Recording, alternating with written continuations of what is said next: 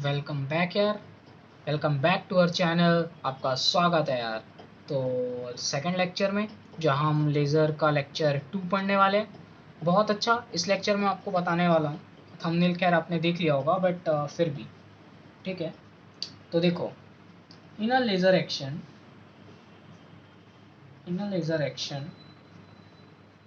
The process to release a laser beam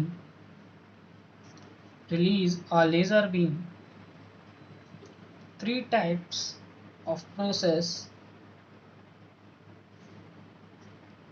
are responsible। तो आपको समझ में आ गया होगा, बहुत ही सिंपल वर्ड्स में मैंने लिखे हैं।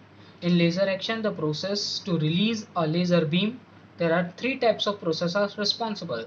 देखो, एक लेजर एक्शन परफॉर्म करने के लिए हमें तीन प्रोसेस चाहिए। जैसे कि मान लो ये लेजर बीम है, ये जो आपका लेजर है ना, यहाँ से बीम निकल रहा है। इस बीम को निकलने के लिए तीन प्रोसेस लगते हैं। जब ये तीन प्रोसेस पूरे हो जाते हैं तो एक लेजर बीम बाहर आ जाता है। समझे? एक रेड लाइट या फिर एक लेजर बीम बाहर निकल जाता है। तो उसको परफॉर्म करने के लिए हमें ना तीन प्रोसेस से गुजरना पड़ता है। एक लाइट को तीन प्रोसेस से गुजरना पड़ता है एक लेजर बीम प्रोड्यूस करने के लिए। समझ रहे हो? तो वो तीन प्रोसेस का नाम क्या है? देखो, बहुत इंपॉर्टेंट है, हद ज़्यादा इंपॉर्टेंट है। एग्जाम में हर बार पूछा जाता है, हर साल इन तीनों में से पूछेगा, एक तो या तीनों ही पूछ देगा। देखो, सबसे पहला है induced induced absorption. Induced absorption. Second, spontaneous emission.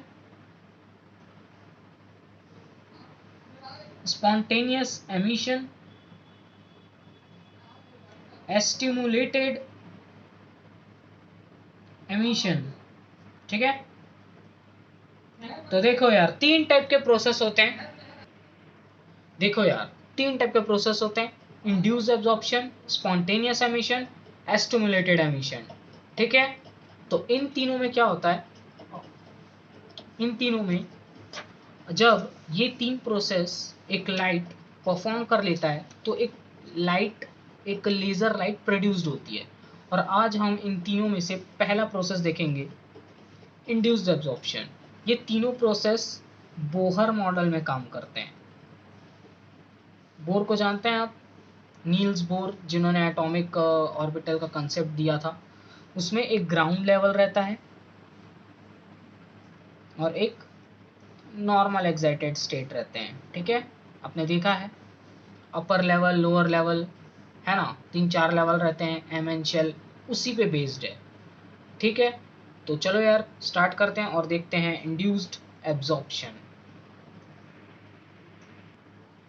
तो देखो यार, इंड्यूस्ड एब्जॉर्प्शन में क्या होता है, मेरी बात एकदम ध्यान से सुनना। पहले मैं तुमको समझा दूंगा, उसके बाद मैं एक बढ़िया सा डेफिनेशन वगैरह लिखा दूंगा। ठीक है? पहले समझ लो। देखो, ये बोहर मॉडल में वर्क करता है। ठीक है? बोहर मॉडल में वर्क करता है ना। E1 एंड E2, यहाँ पे दो E1 एंड E2 हैं। ये क्या है? Energy level. एनर्जी लेवल्स मतलब समझते हो? एक ऊपर एक नीचे। E1 क्या है? ग्राउंड स्टेट लेवल है, मतलब एकदम नीचे वाला एनर्जी लेवल एकदम। ठीक है? इतना तो तुम जानते हो यार, 12th पढ़ के आए हो, I hope so. E2 normal excited state level. ठीक है? E2 है नॉर्मल एक्साइटेड स्टेट लेवल। अब समझ में आ गया E1 E2 क्या है? ये बोहर मॉडल में वर्क करता है। अब मैं बताता हूँ यहाँ पे होता क्या है। तुम्हें पता है, मान लो ये एक एटम है। ठीक है? एक एटम है। ठीक? अब ये दो एनर्जी लेवल हैं, एक ये और एक ये। ठीक है? यहाँ पे एटम रखा हुआ है। ठीक है? तो इधर से क्या हुआ, कोई एनर्जी आया, एक फोटोन आया। ठीक है? लाइट आई, फोटोन छोड़ो, लाइट। ठीक है? उसने इस एटम को हिट किया। तो क्या हुआ, ये एटम ना ऊपर चला गया। यहाँ ये E1 है, ये E2 है। तो ग्राउंड स्टेट लेवल से नॉर्मल एक्साइटेड स्टेट लेवल में एटम ट्रांसफर हो गया। कब? जब लाइट ने एटम को हिट किया। तो अब ये नॉर्मल एक्साइटेड स्टेट में है। तो क्या होता है, जब कोई भी एटम ग्राउंड स्टेट से नॉर्मल एक्साइटेड स्टेट में जाता है, उसे ही इंड्यूस एब्जॉर्प्शन कहते हैं। जब समझ रहे हो? चलो फिर से बताता हूँ एक और बार। इंड्यूस एब्जॉर्प्शन मतलब क्या होता है, ध्यान से सुनना मेरी बात। जब भी कोई बाहर कोई भी इंसिडेंट या कोई भी रैंडम फोटोन या लाइट एटम को हिट करती है और वो नॉर्मल ग्राउंड स्टेट लेवल से नॉर्मल एक्साइटेड स्टेट लेवल में जाता है, तो उसी प्रोसेस को, उसी जाने के एटम के जाने के प्रोसेस को इंड्यूस्ड एब्जॉर्प्शन कहा जाता है। समझ रहे हो? तो अब इसको डिटेल फॉर्म में अच्छे से रिप्रेजेंट कैसे करते हैं, लिखना कैसे है, वो मैं बताता हूँ। इसमें बस इतना ही था और कुछ नहीं है। और एक छोटा सा इक्वेशन है, वो भी मैं बताता हूँ, ठीक है? तो चलो, तो देखो यार क्या होता है, इसको अच्छे से रिप्रेजेंट कैसे करते हैं मैं आपको बताता हूँ, ठीक है? तो देखो मेरे साथ साथ लिखो, दिस इज अ प्रोसेस। ये इसकी डेफिनेशन है, जो मैंने आपको एक्सप्लेन किया है वही इन वर्ड्स में मैं लिख दे रहा हूँ, ताकि एग्जाम में आपको प्रॉब्लम ना हो। और फिजिक्स में हमें लिखना ही पड़ता है अच्छे से डेफिनेशन वगैरह, और नंबर नहीं मिलते। This is a process in which the ground state atoms are transferred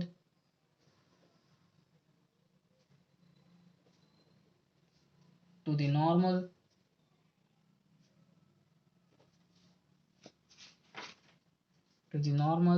excited state by absorbing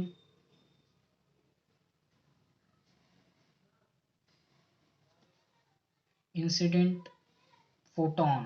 incident photon मतलब वही जो बाहर से आ रहा था फोटोन, या सोर्स ऑफ लाइट, आप कुछ भी बोल सकते हैं उसे। वही जो मैंने पीछे एक्सप्लेन किया था, सेम उसी को इन वर्ड्स में लिखना है यहाँ पे, ठीक है? तो अब कुछ डायग्राम्स है, पहले पढ़ लो। This is a process in which the ground state atoms are transferred to the normal excited state by absorbing incident photon या फिर सोर्स ऑफ लाइट, ठीक है? तो इसके डायग्राम्स हैं। सबसे पहला डायग्राम, ये E1, ये E2, ठीक? पहले एटम यहाँ था, ये ग्राउंड में था, और कोई भी सोर्स ऑफ लाइट ऐसे चल रहा था इधर, E2 माइनस E1, समझ रहे हो? ठीक, ये क्या है, ग्राउंड स्टेट है।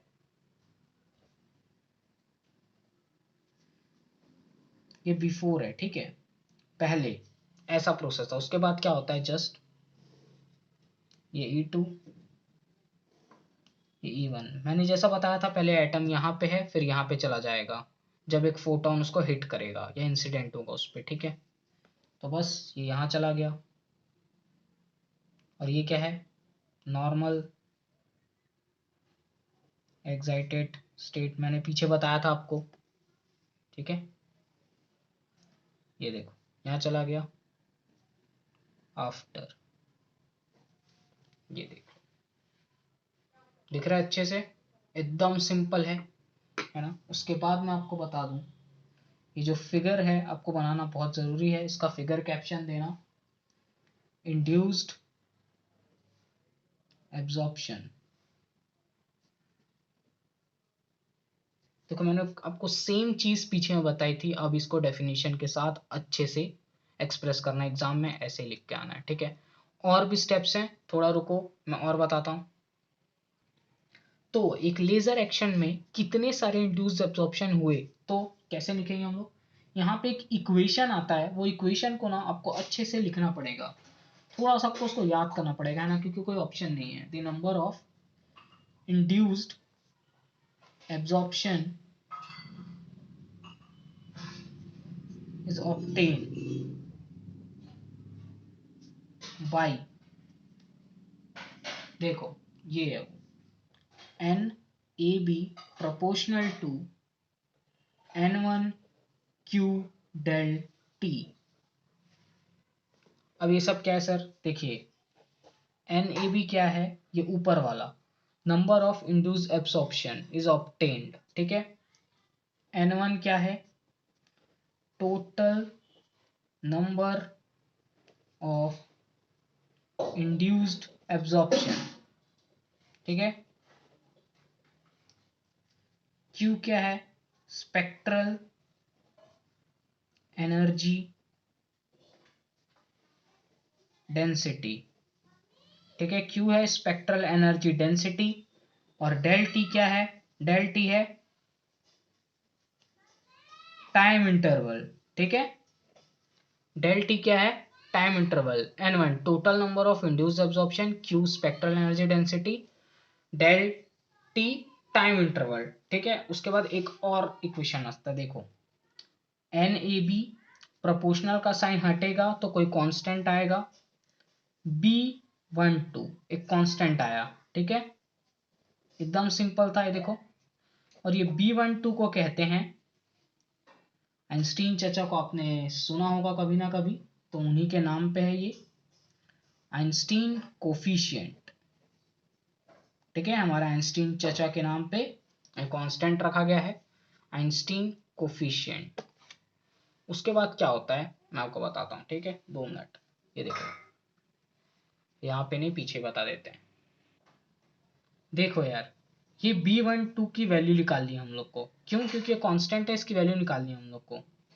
तो B12 यही क्या, NAB था उधर पे, अपॉन में N1, ठीक है। ये अपॉन में चल जाएगा, ये अपॉन में चले जाएगा, 1/Q 1/T। बस हम इसकी वैल्यू निकाल लिए इन सब से, बस ये देखो एकदम सिंपल। और यही है आइंस्टीन कोफिशिएंट की वैल्यू, और इसको क्या बोलते हैं हम लोग, दी प्रोबेबिलिटी रेट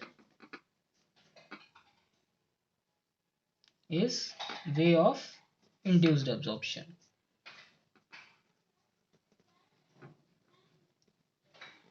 ये तो आप लिख ही लेंगे, है ना। तो एकदम सिंपल, देखो पूरा प्रोसेस है, कुछ नहीं है, ये बहुत इंपॉर्टेंट है। और हाँ, एक और चीज, इसका PDF लेक्चर का आपको कमेंट सेक्शन पे मिलेगा, ठीक है। पूरे नोट्स, कोई दिक्कत नहीं है, ठीक। लिखना है तो लिख सकते हो, अगर आपको नोट्स चाहिए, नहीं लिखना है, सिर्फ समझना है तो समझ भी सकते हो। मेरी एडवाइस है, लिख लो, बेटर रहेगा। ओके, बाय बाय, मिलते हैं अगले लेक्चर में। Thank you.